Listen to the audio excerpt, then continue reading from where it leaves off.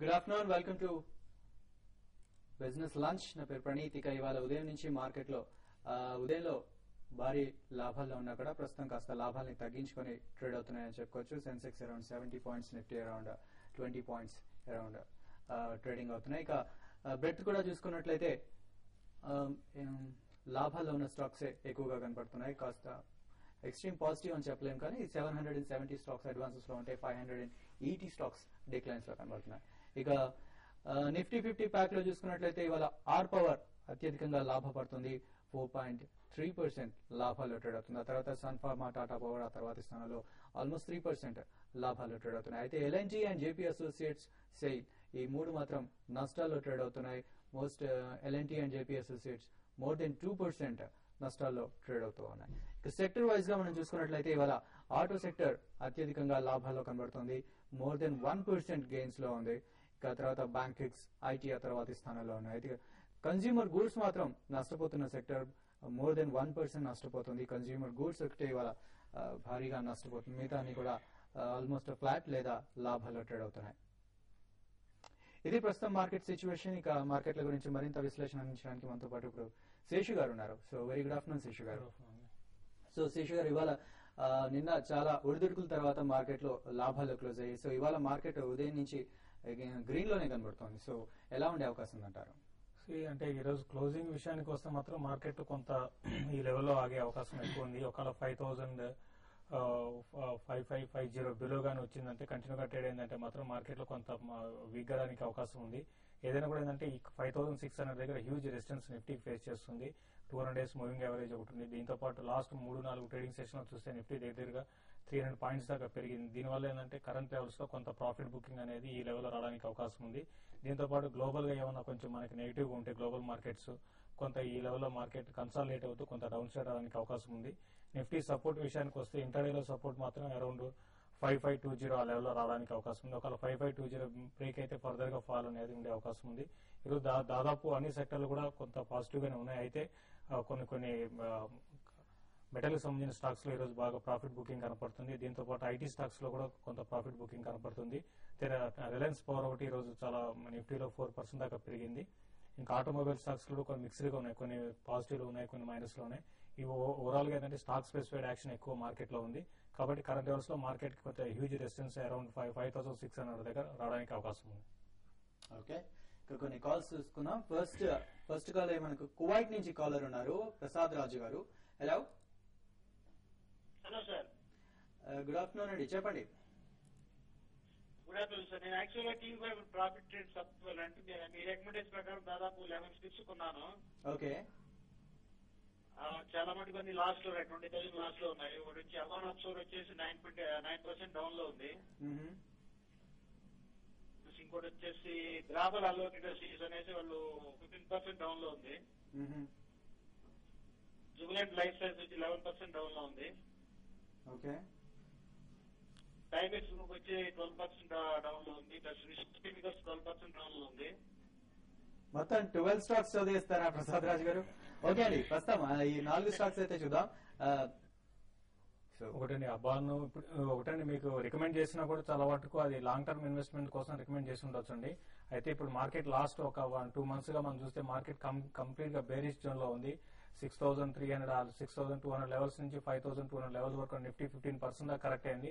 ఇటువంటి ఈ విధమైన కరెక్షన్ వచ్చినప్పుడు ఏ స్టాక్స్ కూడా నిలబడవండి. కాబట్టి మీరు ఉన్న స్టాక్స్ మొత్తం హోల్డ్ చేసుకోండి. మీరు మీ దగ్గర ఉన్న స్టాక్స్ అన్ని కూడా మంచి ఫండమెంటల్ మంచి స్టాక్స్ 1 year 1.5 year గానే హోల్డ్ చేసుకుంటే మీకు 20% దాకా రిటర్న్ రావడానికి అవకాశం ఉంది. అన్ని కూడా హోల్డ్ చేసుకోమని చెప్తానండి.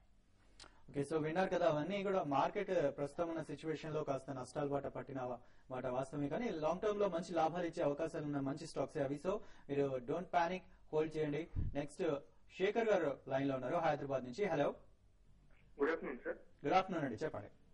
సార్ డైమండ్ పవర్ ఈ రేట్ లో తీసుకోవచ్చు సార్, శశి అని చెప్పండి సార్. ఇంకోటి మిడ్ క్యాప్ ఏదైనా ఐటీ కంపెనీస్ 1-2 సజెస్ట్ చేయమని సార్, ఫండమెంటల్ స్ట్రాంగ్ ఉంది. మీ టైం ఫ్రేమ్ అండి? 1 or 2 years sir. 1 or 2 years. Okay.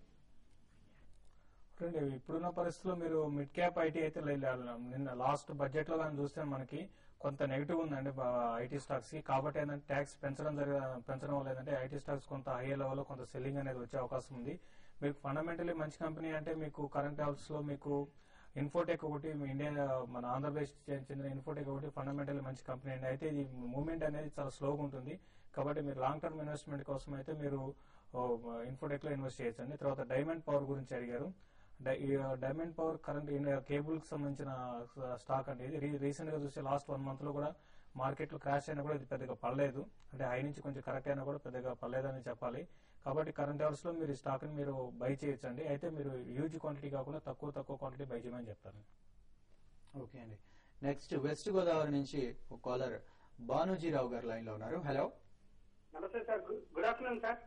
నమస్తే అండి, చెప్పండి. క్యూబ్ ఇన్వెస్ట్మెంట్ ప్రెసెంట్ రేట్ లో అమ్మంటారా హోల్డ్ చేయమంటారా? నేను 64 రూపాయలు కొన్నాను.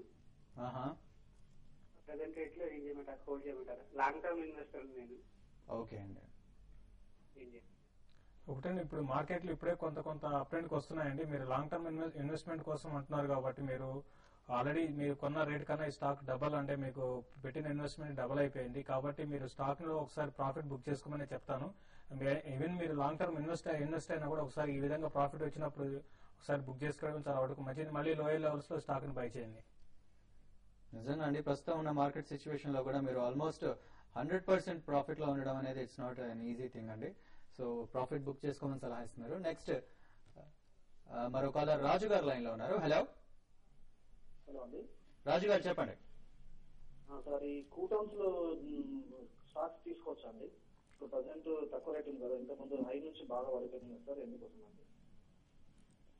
కౌటన్స్ రీటైల్ అయితే మీరు కరెంట్ హౌస్ లో స్టాక్ ని బై చేయొచ్చండి. అయితే అది ఒక స్పెక్యులేటివ్ గా ఈ కంపెనీలో ఏదైనా డెవలప్మెంట్ కానీ జరిగిందంటే మాత్రం డెఫినెట్ గా స్టాక్ ఇక్కడ నుంచి అరౌండ్ 55 రూపీస్ దాకా పెరిగే అవకాశం ఉంది. వేరే వాళ్ళు ఈ కంపెనీని తీసుకోవడమో ఇటువంటివి కానీ జరిగిందంటే మాత్రం అప్ అండ్ ఉంటుంది. లేదంటే మాత్రం మళ్ళీ స్టాక్ ఇదే లెవెల్లో ఇదే లెవెల్లో ఉండి కొంత వీక్ కావడానికి కూడా అవకాశం ఉంది. అయితే మీరు కంపెనీ డెవలప్మెంట్స్ క్లీన్ గా అబ్జర్వ్ చేయండి. ఏమాత్రం కొంచెం పాజిటివ్ గా వచ్చిందంటే మాత్రం డెఫినెట్ గా ఈ స్టాక్ అరౌండ్ 50-55 రూపీస్ దాకా నెక్స్ట్ ఒక 6 నుంచి 7 నెలల్లో పెరిగే అవకాశం ఉంది. మీరు డిక్లైన్స్ లో స్టాక్ ని బై చేయండి. ఓకే, నెక్స్ట్ మహబూబ్ నగర్ నుంచి వేణుగోపాల్ గారు లైన్ లో ఉన్నారు. హలో సార్, ఇది ఓర్ఫాల్ కెమికల్ తీసుకున్నామండి 60 రూపీస్. సారీ, చెప్పండి. ఓర్ఫాల్ కెమికల్ 60 రూపీస్ తీసుకున్నామండి 2007 లో.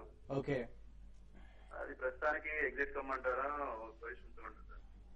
ఓకే, 2007 లో స్టాక్ అయితే మీకు బాగా పడడం జరిగిందంటే మీరు తీసుకున్న రేట్ దగ్గర నుంచి మీరు కరెంట్ అవర్స్ లో మీరు హోల్డ్ చేయండి. ఎందుకంటే రీసెంట్ హైస్ నుంచి కూడా స్టాక్ బాగా కొంచెం కరెక్ట్ అయింది. మళ్ళీ అరౌండ్ 50 ఆ లెవెల్ కి రావడానికి అవకాశం ఉంది. వచ్చినప్పుడు మీరు ఎగ్జిట్ కానండి. ఇది కంప్లీట్ గా ఏంటంటే ఇది కొంచెం ఫెర్టిలైజర్స్ సెక్టర్ అయినా కూడా కొంచెం స్పెక్యులేటివ్ స్టాక్ అండి. మూవ్మెంట్ వచ్చినప్పుడు స్టాక్ ఫాస్ట్ గా పెరుగుతుంది. ఇప్పుడిప్పుడే మార్కెట్ కొంచెం అప్ ట్రెండ్ కి వచ్చాయి కాబట్టి కొంతకాలం వెయిట్ చేసి ర్యాలీస్ లో ఎగ్జిట్ కాండి. ఓకే అండి, ప్రస్తుతం Sensex around 70 and Nifty around 20-25 points లాభంతో ట్రేడ్ అవుతుంది. ఇప్పుడు షార్ట్ బ్రేక్ తీసుకుందాం. బ్రేక్ తర్వాత మరిన్ని కాల్స్ చూద్దాం.